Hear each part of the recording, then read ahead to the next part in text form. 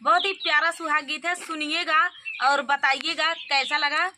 और दीदी के चैनल का नाम है यस के जग्गू। दीदी के चैनल का नाम है, बड़ा प्यारा नाम है, तो आप लोग एक बार सर्च जरूर करें। और वायरल भी है, सर्च में आता है तो आप लोग सर्च करें दीदी के चैनल को। और दीदी अच्छे अच्छे गीत भी गाती हैं। ऐसा ना रखे ओमन हमारो नौना हमारे फलाने नौना है। हाँ तो ये भी ना रखे यहाँ, और दोनों जने जोड़ी से ही नाम रखा गया है तो बढ़िया है, अच्छी बात है। जोड़ी से चले चाहवे करी। मंजू की दुनिया इनके दीदी के चैनल का नाम है, तो आप लोग सपोर्ट करें, भरपूर सपोर्ट करें दीदी के चैनल को और फुल वॉच करके वीडियो देखें। इनके चैनल को सृष्टि लोकगीत दीदी के चैनल का नाम है। तो सभी लोग सुनाएंगे आप सभी को सुहाग गीत, बहुत ही प्यारा सुहाग गीत है। तो देर न करते हुए चलिए सुनाते हैं ये प्यारा सा सुहाग गीत। बाबा के दुआरवा हरदिया का पेड़ावा, अरे बाबा के दुआरवा हरदिया का पेड़ावा, अरे हरदी फूलाए आधी रात रे लाला नवा, अरे हरदी फूलाई आधी रात रे लाला नवा, अरे घोड़ावा चढ़ला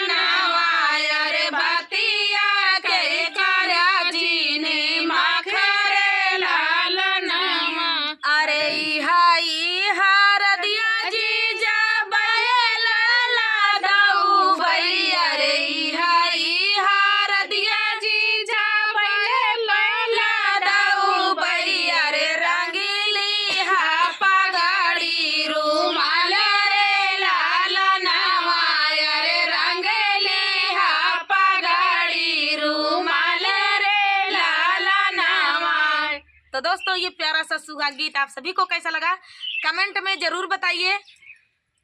फुल वॉच करने के लिए धन्यवाद दोस्तों, और दीदी लोगों का सपोर्ट भर भर के करें और फुल वॉच के साथ करें। दीदी लोगों का सबसे ज़्यादा मंजू की दुनिया इनका चैनल है, और आप लोग सपोर्ट करेंगे तो दीदी का पेमेंट खूब आएगा। आप सभी को मिठाई भी खाने को मिलेगा, दीदी अपने चैनल पे खिला देंगी। हाँ और ये दीदी जग्गू दीदी हैं, और हम लाए लाए घरे खाओ लाए घरे खवाइए भैया। आप लोग टेंशन जिन ले है, और और इनका छेना वाला रसगुल्ला रहे हाँ अयन दीदी खियौते रह गई जाला करीलो पिया काला जामुन इनका हमका याद है, आप सबको याद ही होए, हम तो जानता ही। और आज जलेबी लेके आया ऐसी बात नहीं तो या कहत यहाँ बेइज्जती करावत क्या, ऐसी बात नहीं है। रसगुल्ला करिया वाला रसगुल्ला खियाई है, जो बड़का बड़का पेमेंट इतने बड़े बड़े नोट गिनी है तब वह खरीद के लेके आई है, तो आप सबका खियाई है। तो दोस्त मिठाई खावत रहे, अभी हम कहे पे दीदी का ओमा टपकाए के खाए रस चुए वाली टपकाए वाली जलेबी। तो चलिए दोस्तों मिलते हैं अगले वीडियो में, दीदी लोगों का भरपूर सपोर्ट करें। तब तक के लिए नमस्कार। नमस्कार दोस्तों, कैसे हो आप सब? आशा करती हूँ आप लोग ठीक होंगे। आज सुनाएंगे प्यारा सा सुहाग गीत, सुनिएगा और बताइएगा कैसा लगा। बहुत ही पुराना गीत है और बहुत ही प्यारा गीत है, ये बेटी सुहाग गीत है, सुनिएगा और गाइएगा। तो चलिए देर न करते हुए सुनाते हैं ये प्यारा सा सुहाग गीत। बहुत लंबा हो गया। कवने नगरिया से आवई दुल्हे रामा, कवने नगरिया से आवई दुल्हे रामा, कवने नगरिया भाई ठाड़ रे लालनावा, रे कवने नगरिया भाई ठाड़ रे लालनावा, रे कवने नगरिया से आवई दुल्हे रामा, कवने नगरिया से आवई दुल्हे रामा, कवने नगरिया भाई ठाड़ रे लालनावा, रे कवने नगरिया भाई ठाड़ रे लालनावा, रे अवध नगरिया से आवई दुल्हे रामा, अवध नगरिया से आवई दुल्हे रामा, जनक नगरिया भाई ठाड़ रे लालनावा, अरे जनक नगरिया भाई ठाड़ रे लालनावा, अरे भीतर से निकारी है सासु हो कावन रे, अरे भीतर से निकारी है सासु कावन दे, अरे सुना बेटा राज हमार रे लालनावा, अरे सुना बेटा राज हमार रे लालनावा, अरे की मोरे दुल्हे से जरिया पसौबा, अरे की मोरे दुल्हे से जरिया पसौबा, अरे की दुल्हे जेव्या जेवानार रे लालनावा, अरे की दुल्हे जेव्या जेवानार रे लालनावा, अरे नाही मोरी सासू से जरिया पसौबई, अरे नाही मोरी सासू से जरिया पसौबई, अरे नाही सासू जेवबई जेवनार रे लालनावा, अरे नाही सासू जेवबई जेवनार रे लालनावा, अरे तोहरे ना घर एक कन्या कुमारी, अरे तोहरे ने घर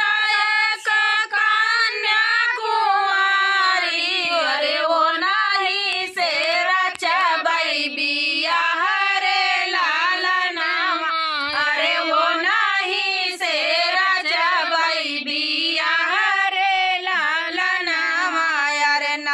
मोरे उरादारे नाही मोरे चौरा अरे नाही मोरे उरादारे नाही मोरे चौरा अरे नाही मोरे मेटी भरा तेल रे लाला नामा अरे नाही मोरे मेटी भरा तेल रे लाला नामा अरे राम रसोइया सीता बनावै ना जाई है अरे राम रसोइया सीता बनावै ना जाई अरे कैसे करबै सीता कई बियाह रे लाला नामा अरे कैसे रचबै सीता कई बियाह रे लाला नामा अरे हम देबै उरादारे हम देबै चौरा अरे हम देबै उरादारे हम देबै चौरा अरे हम देबै मेटी भरा तेल रे लाल नवा अरे हम देबै मेटी भरा तेल रे लाल नवा अरे राम रसोइया बनाई हम देबै अरे राम रसोइया बनाई हम देबै अरे सीता जी से रचबै बियाह रे लाल नवा अरे सीता जी से रचबै बियाह रे लाल नवा। तो दोस्तों ये प्यारा सा सुहाग गीत आप सभी को कैसा लगा कमेंट में जरूर बताना दोस्तों। मिलते हैं अगले वीडियो में, तब तक के लिए नमस्कार। आए हैं प्यारा सा ललनवा गीत, सुनिएगा और बताइएगा कैसा लगा। बहुत ही प्यारा है और थोड़ा हट के है ये ललनवा गीत, बेटी ललनवा गीत है। तो आप लोग सुनिएगा और बताइएगा कैसा लगा। दीदी के चैनलों पे आप लोग सपोर्ट करें। मंजू के लोकगीत, दीदी के ये दीदी हैं मंजू के लोकगीत, आप लोग सपोर्ट करें दीदी का। सभी लोग जितने लोग हैं सर्च करेंगे तो आ जाएगा मंजू के लोकगीत चैनल। तो आप लोग देखिए अच्छे अच्छे गीत पड़े हुए हैं। तो यस के जग्गू का आप लोग सपोर्ट करें।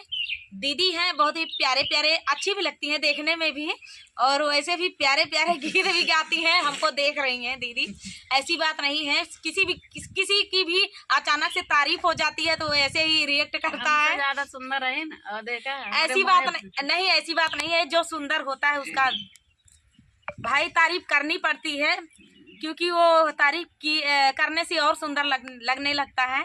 तो चलिए आप सभी को सुनाते हैं माही मीरा भजन। ये बैठी हैं, इनको पहचान लीजिए। बहुत ही प्यारे प्यारे गीत, चुटकुल्ला बहुत गाती हैं। थोड़ा सा ललनवा गीत। कहाँ पे ऊपर